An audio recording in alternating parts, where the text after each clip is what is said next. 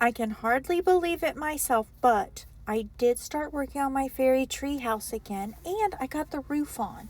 So if you'd like to see how I created this roof, and if you'd like to stay tuned, you will see this finished out. We're going to do some decorating inside in the next video. So don't forget to like and subscribe so you get the updates for whenever I post the next video in this series. I'm sure I went over this in the previous videos, but just as a reminder, this looks more complicated than what it actually is. I actually probably made it more complicated. Essentially, I just put some junk that I had together, some crates, some boxes, shadow boxes. One thing is a jewelry box. I screwed it all together, used some glue. You could save yourself a lot of trouble, and you could just use one crate or one room box and start from there. You can use all of the things that I'm about ready to show you to make your own little tree house. Anyway, trying to make it accessible by showing you what I did and some things that you could do. I'm going to take you off of the tripod so I can get close. This is basically what you would consider paper mache. The texture is just paper mache, and I actually just used paper toweling is all that I did. And on other tree houses, I've actually used brown paper on the roll. If you had paper bags, you could use those too, and you just crunch it up. But this is paper towel, and I wanted it to look like these branches here that I had collected. And I'm sorry, that squeaking, that is my table. This, I do believe these were branches from our old backyard mulberry tree. I wanted this texture here to kind of mimic this a little bit. It's not exact, so you can see some screws. That's going to get covered up. We're going to have something really fun here at the end, and I am going to take you along the way. So let's look at this, which I do believe I went over. I had a 12 by 12 scrapbook, or a couple of them, scrapbook papers, just decorative scrapbook papers. In my mind, I wanted it to look like things that a fairy or a woodland creature could, go out and collect, from discarded items. So that is what that is. And I left some of the texture. Let's see, in some walls they're not all the way papered, and here in the back I thought that looked neat. Looked like a little corner of the tree, and where the corner would be, looks like some of the bark is showing, and that's all on purpose because I want this, like I said, I want this to look natural. I want it to look magical and cozy, and I want it to look like it was put together over time.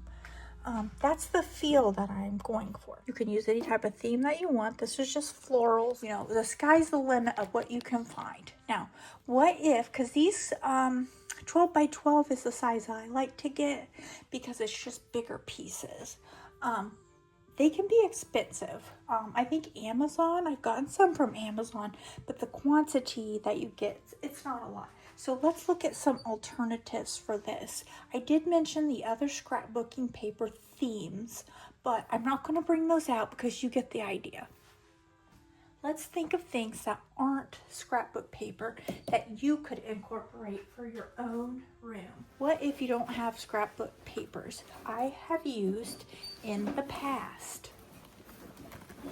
I have used fabrics on the walls. I've used fabrics for the floor. Wallpaper rolls.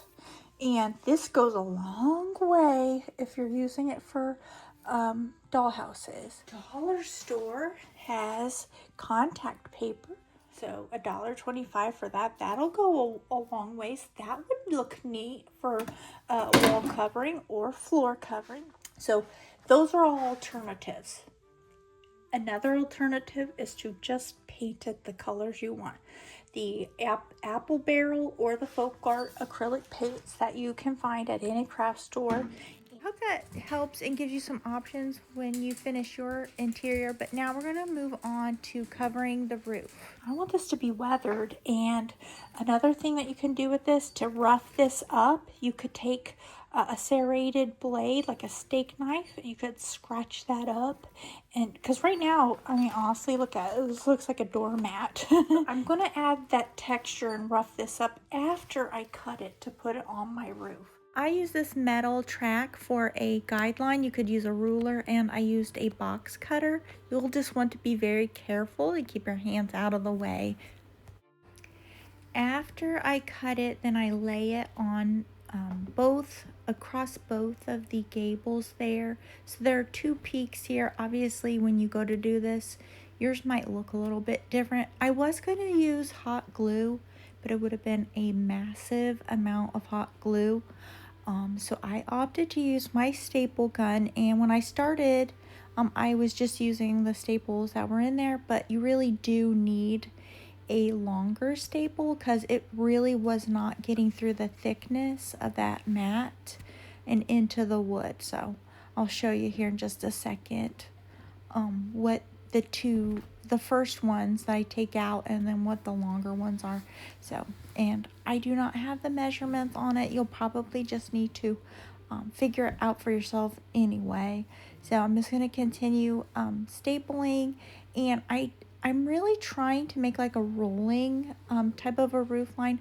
I don't want it to look exactly like a, traditional house roof. So it's kind of like a thatched roof, but kind of not. We have to remember this is like a, fantasy home, fairy home. So we can have it to look how we want.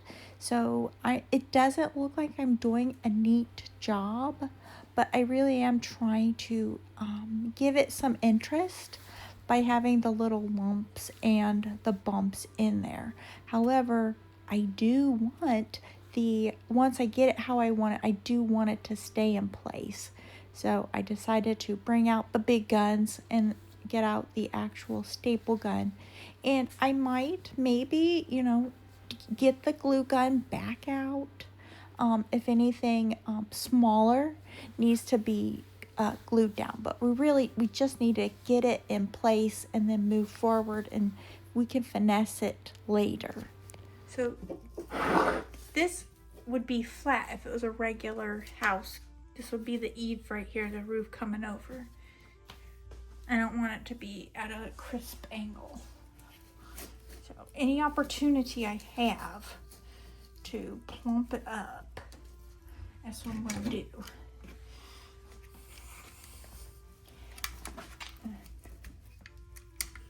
Now,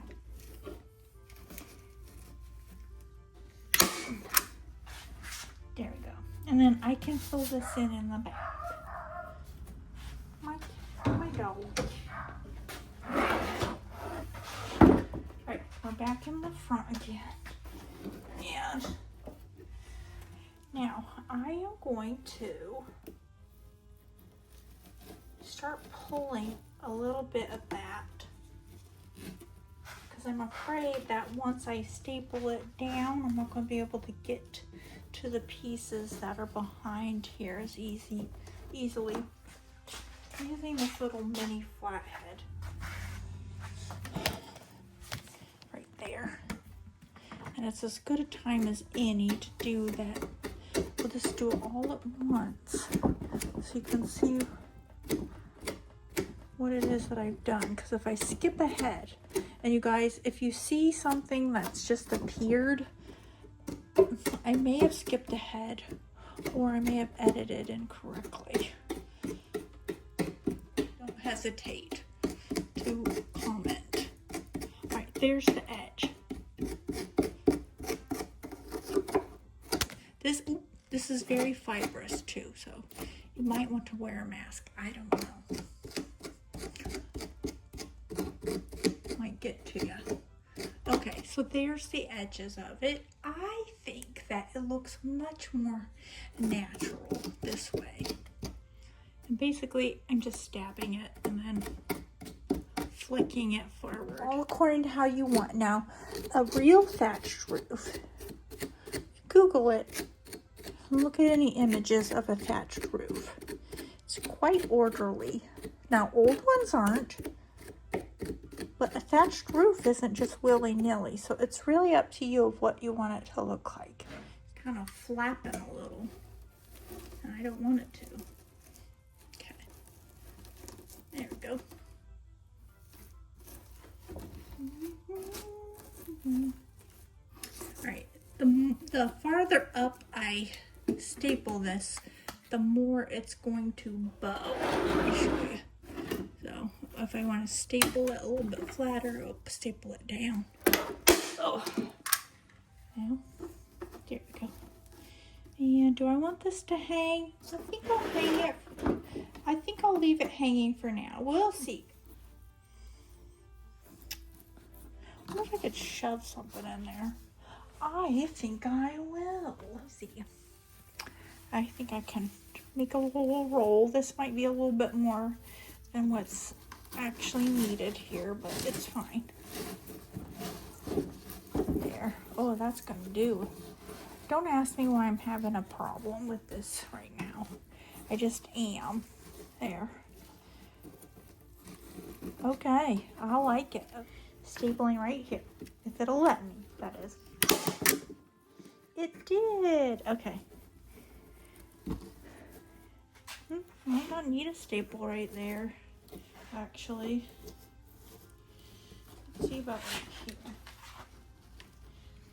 When I go back through, I may want to add like some green moss poking out of there, like coming out from under the roof.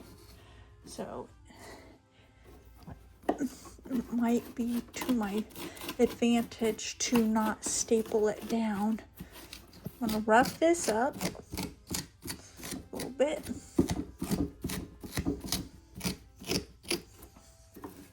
Okay, and while I'm having such a great time roughing up this texture, I think it's a good time to pass along some advice from Bob Ross. I always remember this when you're painting and something is working really well, like you really got down how to make those clouds.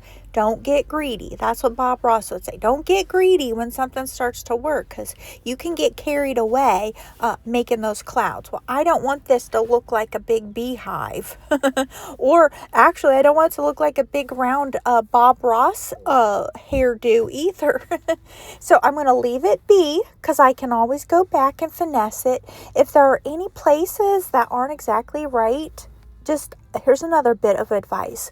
I found that sometimes the mistakes are more glaring to you. Later on, they might not show or appear as much as you would think that they would. So we're going to move on, because we really do need to focus on the other parts of the house, which could not be done until we got that roof on it. At least I felt so, because there's a lot of fallout from this coconut mat. It's all over. I'll have to get my duster out, get that all cleaned up out of there, and we need to move on. We can do some really super fun parts now that we've gotten the structure, the outside exterior down for the most part. So what's coming up next? The bedroom. We're going to do, hopefully, we are going to build these shelves for books. We're going to build the lofts, and we're going to make, hopefully, fingers crossed, we're going to make a kind of spiral stair. Okay, that'll do it, you guys. Thank you for stopping by. I hope you'll come back for when we work on this bedroom here. If you liked this video, found any value, give me a thumbs up and consider subscribing. A little interaction goes a long way. Thank you guys again, and I hope you have a magical day. Bye-bye.